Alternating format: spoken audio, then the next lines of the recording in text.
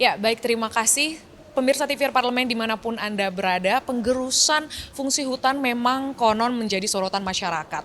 Termasuk penggerusan fungsi hutan Taman Nasional Tesonilo, Riau, Sumatera. Di mana dari jumlah 81.793 hektar, kini hanya 24% yang dapat dikategorikan sebagai hutan alami. Sisanya telah dibuat menjadi area terbuka, juga kelapa sawit, kebun kelapa sawit ilegal, dan juga permukiman. Oleh karena itu, untuk mendalami kasus ini, sekarang saya sudah berada di Gedung DPR RI bersama Ibu Endang Setiawati Tohari, Dapil Jawa Barat 3, fraksi Gerindra. Anggota Komisi 4, betul ya Ibu ya? Terkait kasus ini Ibu, kira-kira tanggapan dari Komisi 4 sendiri bagaimana Ibu? Kalau menurut saya ya, kebetulan saya tidak ikut dalam revisi undang-undang karena saya masuk ke revisi undang-undang pangan. Tapi pada hakikatnya kita ini harus melindungi keanekaragaman sumber daya hayati kita.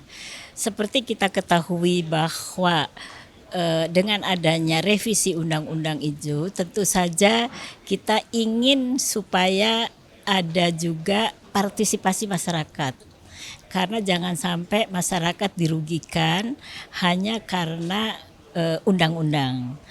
Karena tadi baru saja kita menerima juga teman-teman dari perikanan dari Karimun Jawa yang merasa dirugikan. Nah, kemudian yang kedua, undang-undang itu juga harus dilengkapi dengan peraturan daerah yang menguntungkan masyarakat. Nah, ini terjadi karena perda-perda kita ini justru menyengsarakan rakyat. Jadi tadi contoh tadi ya, baru saja kita menerima audiensi bahwa di Karimun Jawa ini banyak sekali tambak-tambak udang, justru penambak udangnya yang dipenjara. Nah, ini karena tadi peraturan-peraturan daerah yang tidak sinkron terhadap undang-undang kita. Nah, kemudian yang kedua, karena kita ini sumber daya keanekaragaman hayatinya nomor 2 di dunia, mestinya kita lindungi. Nah, alhamdulillah Komisi 4 sedang merevisi undang-undang tersebut, karena kita ketahui bersama bahwa perubahan utama dalam undang-undang itu ada 3 pilar, yaitu perluasan kawasan komersial, itu harus kita tata ruangnya harus kita perbaiki. Yang kedua adalah ada sanksi terhadap yang melanggar ataupun ada insentif yang memenuhi. Nah, ini tidak pernah kita lakukan. Baik, berarti tadi dari DPR, terutama Komisi 4 sendiri menegaskan bahwa sepertinya memang perlu ada perubahan undang-undang begitu ya Ibu ya, perlu ada perubahan revisi undang-undang yang memang butuh juga partisipasi masyarakat, betul ya Ibu ya. Terkait gajah ini juga berarti dari fungsi pengawasan DPR sendiri Ibu terkait gajah dan hutan begitu ya Ibu.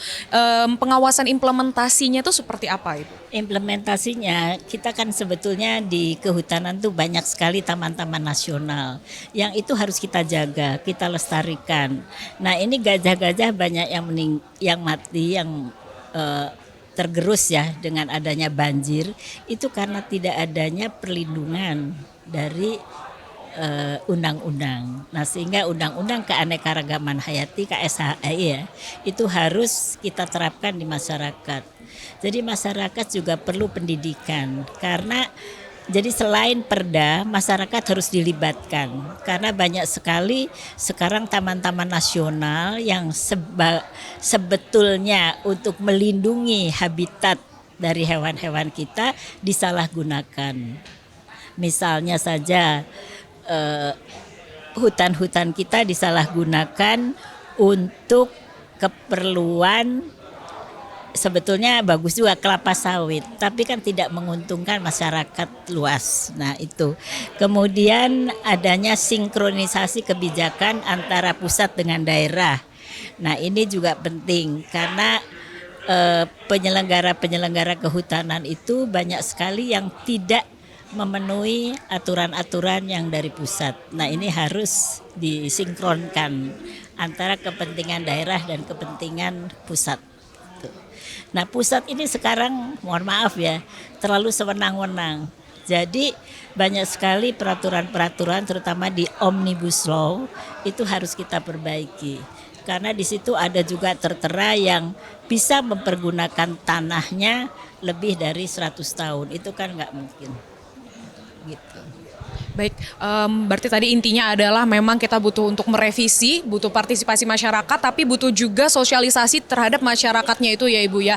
Dan memang kita juga tidak boleh semena-mena di pemerintah pusat begitu ya Ibu ya, tidak boleh semena-mena. Penegakan hukum itu yang penting, karena penegakan hukum ini sangat penting. Kenapa? Karena sekarang ini tidak, jadi hukum itu selalu tajam ke bawah, tumpul ke atas. Nah sekarang dengan adanya Pak Prabowo jadi presiden, alhamdulillah banyak sekali peraturan-peraturan atau undang-undang yang mengangkat masyarakat terlindungi untuk kesejahteraan masyarakat. Nah juga peraturan-peraturan dari pusat itu tidak hanya sanksi itu membayar denda, tapi harus ada hukum fisik badan supaya jera. Nah, unsur kejeraan ini juga harus dilakukan begitu. Terima kasih Ibu. Berikut pemirsa TVR Parlemen yang bisa saya laporkan. Terima kasih.